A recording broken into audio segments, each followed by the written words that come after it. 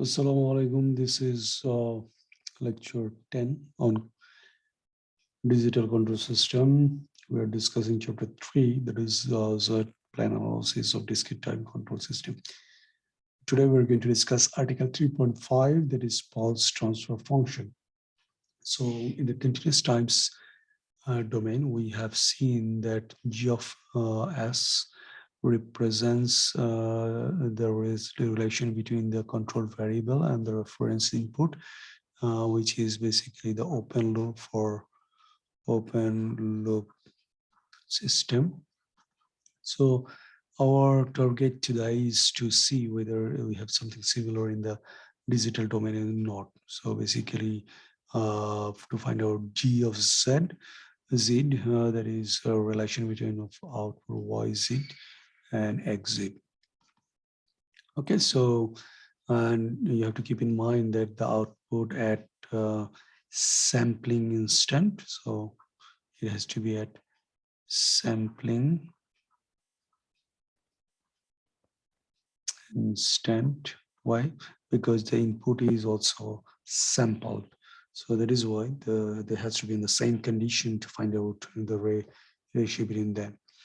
So one thing we have to be careful about that what is the output in the time domain. For the closed loop transfer function, we know that for the output is given by the convolution integral. So output is given by yt equal to integration of weighting function, or we also call it impulse response function. So that is g t minus tau, delayed version of it with x tau d tau. So this is convolution integral in the time domain. So the other one is also true, that is x is delayed, and then you have the weighting function at tau d tau. So this is called convolution integral. The question is there anything similar to this in discrete time? So this is convolution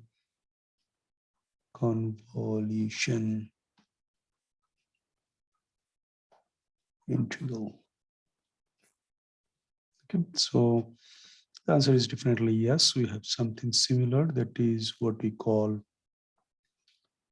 convolution summation.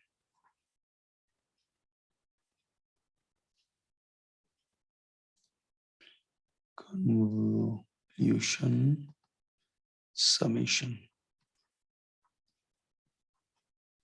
Okay, so convolution summation, which can be written as,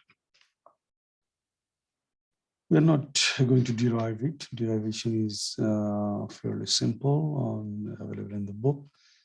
I'm just asking you to have a look at that one, because we need the final equation only to obtain the pulse transfer function. So we're just writing the final equation, ykt equal to 0 to k, because we are taking the kth sample with the delayed version of the weighting function ht x ht. Now similar thing is also available, that is delayed version of x with the weighting function. So that is also available.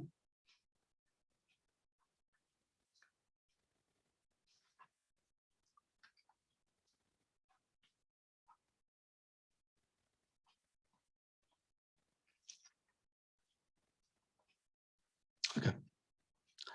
So the thing that we should realize here is that and the notation. So the notation is represented in this way: ykt equal to xkt star gkt. This is nothing but a representation of this thing. Okay, so since we do most of the calculation in the discrete time from 0 to infinity, so can we actually represent this two equation also from not from 0 to k, rather 0 to infinity? So since we know that x t is less 0 for t lesser than 0, and also that is why x kt minus ht can also be written 0 for h greater than k, which is also true for g, because the previous values we ignore in control system. So this can also be written this way. And based on that, since we don't have previous sample values, we're just taking at particular instant and the previous values are ignored. So we can easily take the limit from 0 to infinity, because every time the current sample is a matter of concern. Okay, so now what you can do is, instead of 0 to k, we can write ykt equal to h from 0 to infinity g kt minus ht x ht, or the other one is h0 to infinity direct version of x kt minus ht, and then you have g ht. So basically we are interested about this equation, and that is why we have omitted the derivation, but you definitely have a look at that one. It can come in the exam as well. So now pulse transfer function, how to derive the pulse transfer function.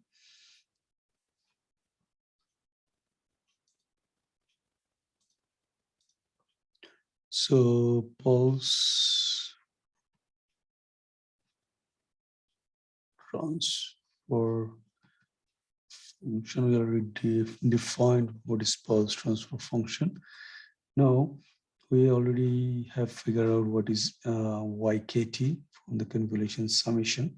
Now let us find out what is yz. Yz equal to, by definition, k equal to 0 to infinity ykt. This is we obtained from the convolution summation, then z to the power minus k, just the formula of z transformation. So now you replace those values, summation of h equal to 0 to infinity, and then you have g delayed version of g, then you have x ht z to the power minus k. Now if you take this parameter k m equal to k minus h, then you replace it into this equation, simplify a bit, then eventually we can have something like this. M equal to 0 to infinity, because two summation we have gmt z to the power minus m, and h equal to 0 to infinity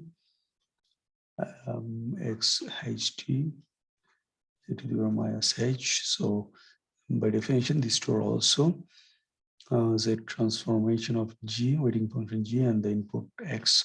So we can write g of z and x of z.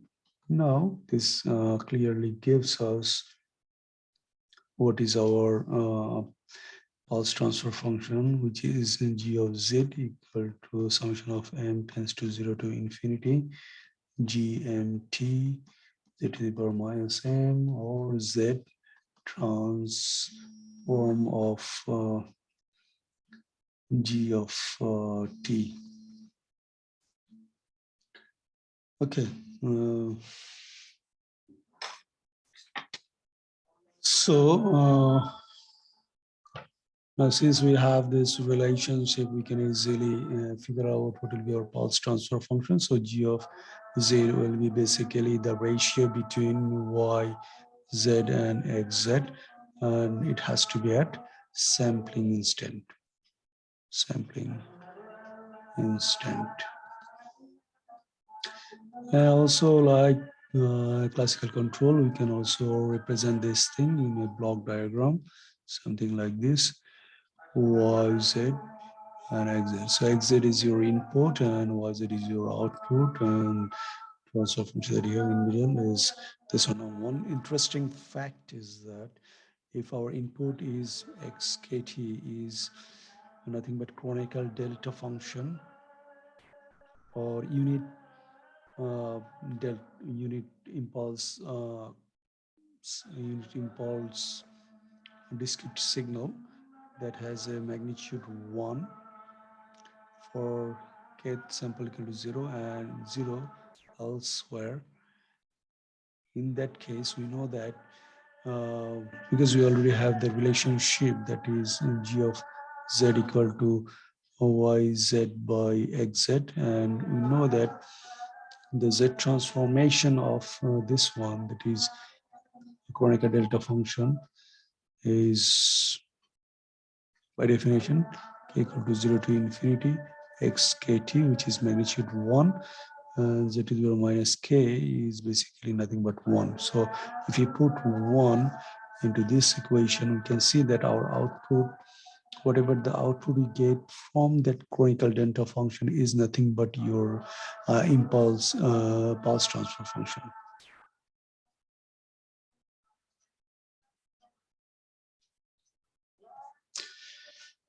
Okay, so this is nothing new. This is something similar we also have seen in the classical control system, isn't it? So in the classical control system, we have seen that the impulse response is basically the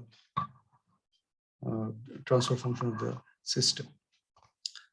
So question number one, why we need pulse transfer function? The answer to that is basically, if you have some system that has cascaded configuration or feedback configuration, and you have to minimize that block diagram, then you should know how to deal with the discrete uh, system, or basically the presence of the sampler. So this is the only thing that has been differentiating the from simplifying the block diagram. So you may have some system where you can have samples in some part of the loop, and in the some part of the loop you have continuous time signal. So under that circumstances, how to simplify or how to reduce the blocks into a single block.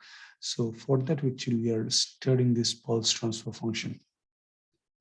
Okay, so one of the things that can help us to reduce the block diagram into a single one, or sometime somehow to factor out some values, what we can do is basically we can take Laplace transformation. So instead of taking normal Laplace transformation, we'll be taking Laplace transformation that can help us to reduce the block diagram. So let us look at one example. So say we have a simple system, and this is our G of S, and this is our output, which may or may not be sampled, and based in the time domain or in the frequency domain, they can be represented in this way.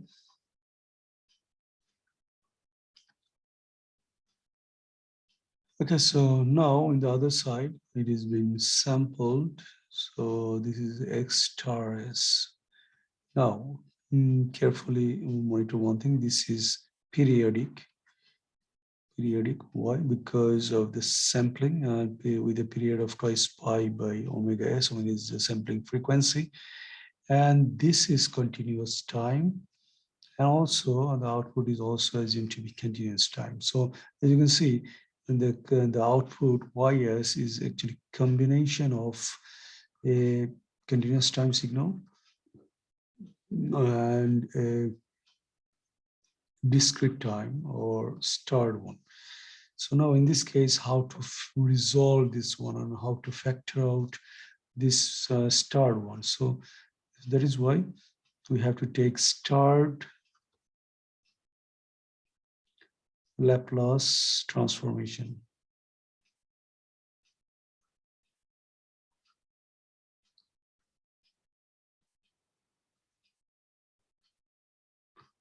Okay, so if you take StartLaplace Transformation, basically it's ys. It seems complicated, but it's not. Just take star, and then you have on the other side with the whole thing. You have to take the star. Now the question is, how on the other side is easy. Y star s.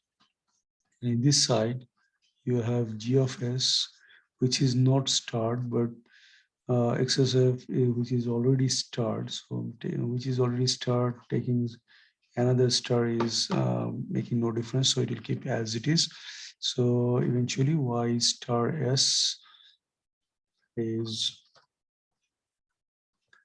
g star s and x star s. Now what is the advantage of this one? Now as you can see, star transformation, we can easily convert from the star Laplace transformation to the z transformation because of the fact that you z equal to e to the power ts. So based on this, you can easily convert it to z domain. So yz will be equal to g of z and x of z. And now you have your pulse transfer function g of z equal to yz by xz. You know, this is easy. Now question is, whatever the thing that we have done here, taking common and factor out x star s, whether it is valid or not. So you can also verify that. How can you do verify that? If you're not happy with the thing that we have represented here, we can take the time domain representation of this one with inverse Laplace transformation of g of s and x star s. Okay, so we can take the help of the convolution integral 0 to t, delayed version of g, t minus tau. There you have x star tau d tau. Okay, so again, we know that start Laplace transform chapter 2 can be expanded as a series, or represented in summation. So we can just write that thing equal to 0 to infinity x tau del t tau minus kt d tau. So we're just interested about the kth sample, kth instance. So we can just simplify these two because of the fact that previous values of the tau will be zeros. Tau is only effective at kth period, so k equal to 1. So that particular first period we are interested about. First sample we are interested in, k equal to 2, second. So k equal to k is kth sample we are interested about. So you can just simply minimize the thing in this way, g t minus kt. So kth sample we're interested. Rest of the tau we don't want because in the rest of the cases tau is basically 0. And then you have x kt because we are dealing with that sample period. Now this is something similar. This is your yt. Now if you want to find out yz, just apply the z transformation formula on that one.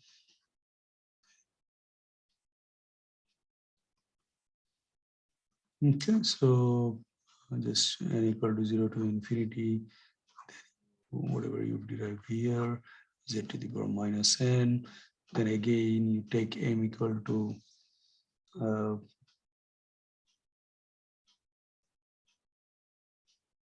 okay, so again, you take m equal to n minus k, and just in the previous way that we have done. So based on that, you are going to see that yz again will have something like this, n equal to 0 to infinity gmt z to the power minus m k equal to 0 to infinity xkt z to the power minus k. So eventually it is giving you multiplication of 2z transformation, g of z and x of z.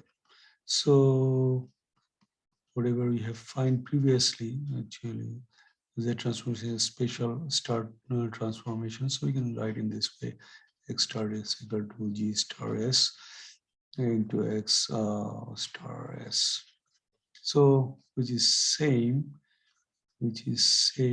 as this one. Okay, so factoring out is actually valid.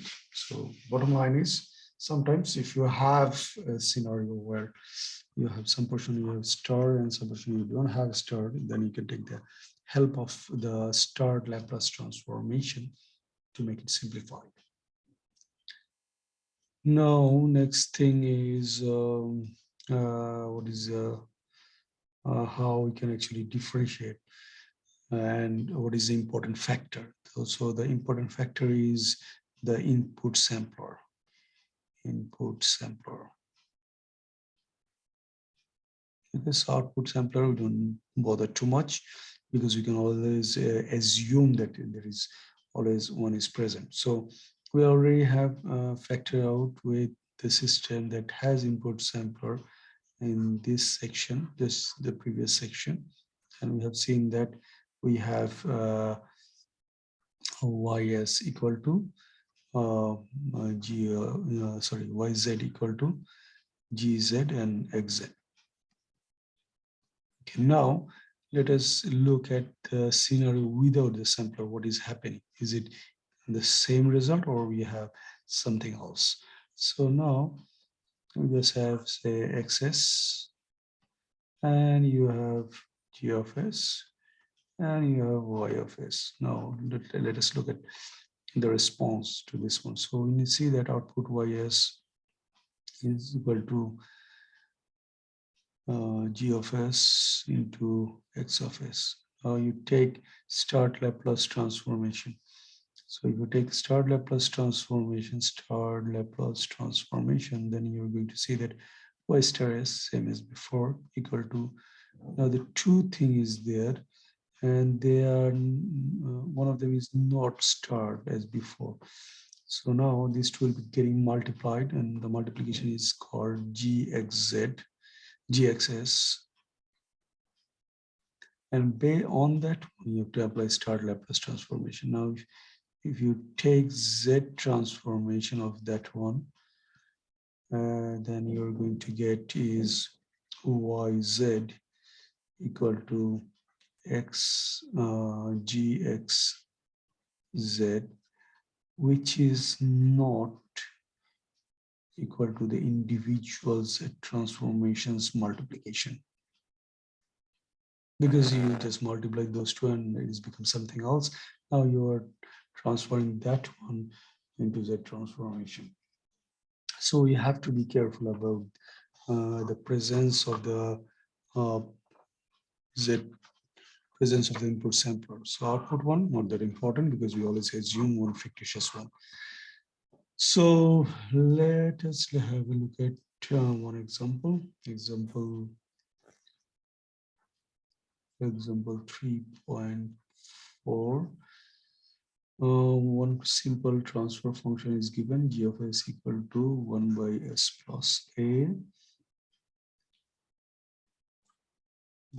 So how to find out the pulse transfer function of this one? So what is the condition? The input, there should be a sampler. So the question mentions that we do have a sampler at the input. So now you just apply your simple z transformation, g of z equal to z transformation of g of s. So you can take two ways, two methods are there. Method one is table. If it is in a similar form, or you can convert it to a known form, then use the table 2.1 to figure out that one, and that is reasonably simpler, and 1 by s plus a. We directly have this formula, so we don't have to do anything. We just write the equation: 1 minus e to the power minus at z to the power minus 1. The method 2 is slightly more involved, but more intuition can be obtained from that one. That is, you have to convert from g of s to the time domain, that is gt, and then you have to apply the z transformation, and eventually you're going to get g of z. Okay, so similar thing, you can also have a look at your example 3.5. Okay, so now let us you just practice those two. Now pulse transform of a cascaded element. So if you have two elements in cascade, what will be the pulse transform? And also you have to see two cases. So one is input, then you have sampler, then you have block one, say G1, then you have another sampler. Okay, so another sampler, then you have another one that is HS. You can also replace it by G2, no problem, and the output not important.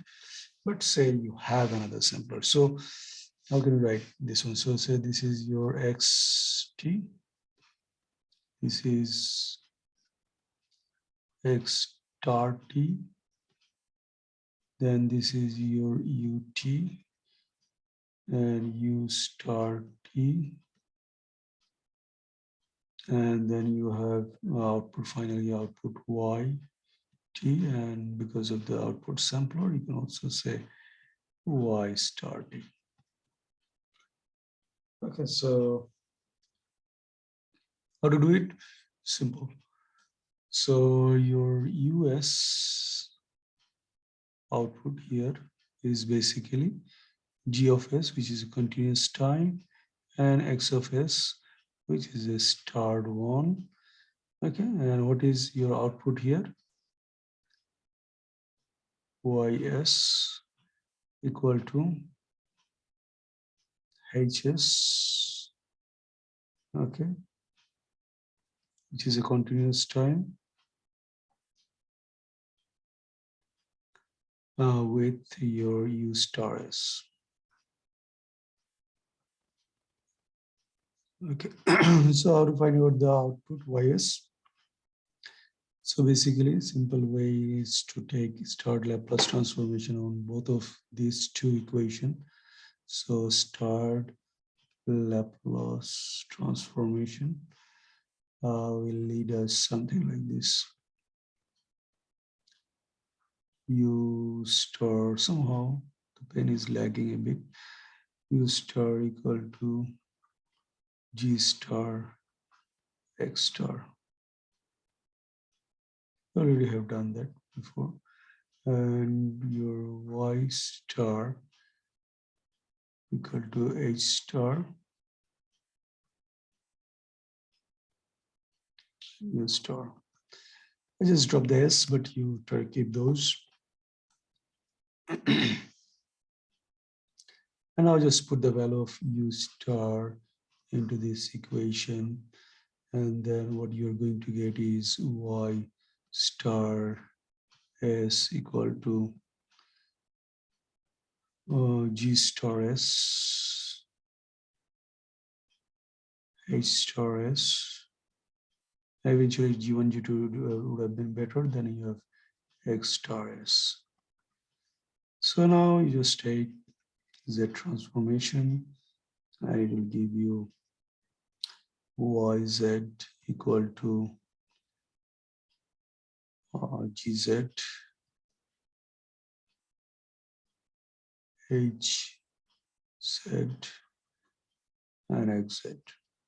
And we know that pulse transformation is the relation between the output to the input in the discrete domain. So this is your pulse transfer function.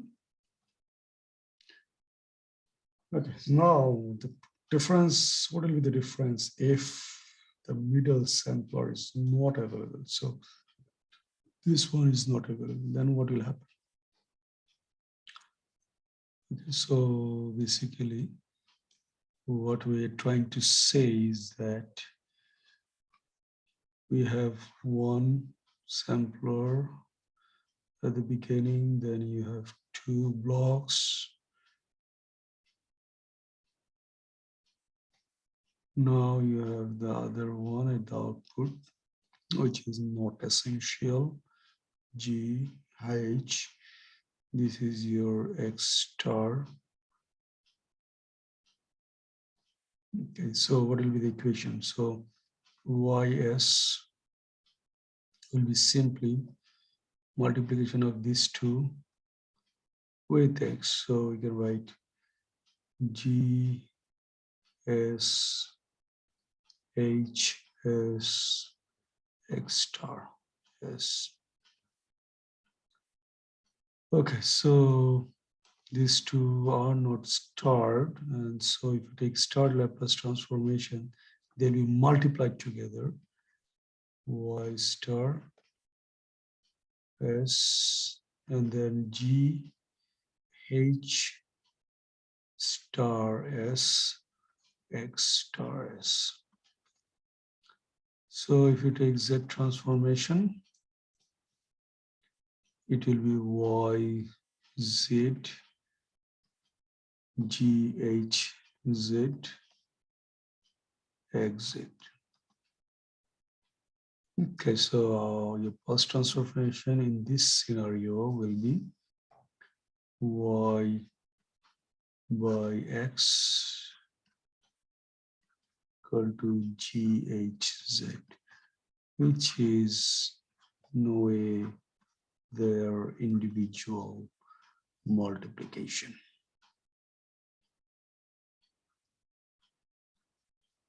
So we have to be careful about this, whether the thing is present or not. So whether I'm telling the truth or not, you can verify using example, mathematical example 3.6. So you're advised to do that by your own. So this is the end of this class. Inshallah, in the next one, we'll be seeing feedback, pulse transfer function of the closed loop system or feedback system, as well as pulse transfer function of digital controller, and also pulse transfer function of a digital PID controller. Assalamu alaikum, everyone.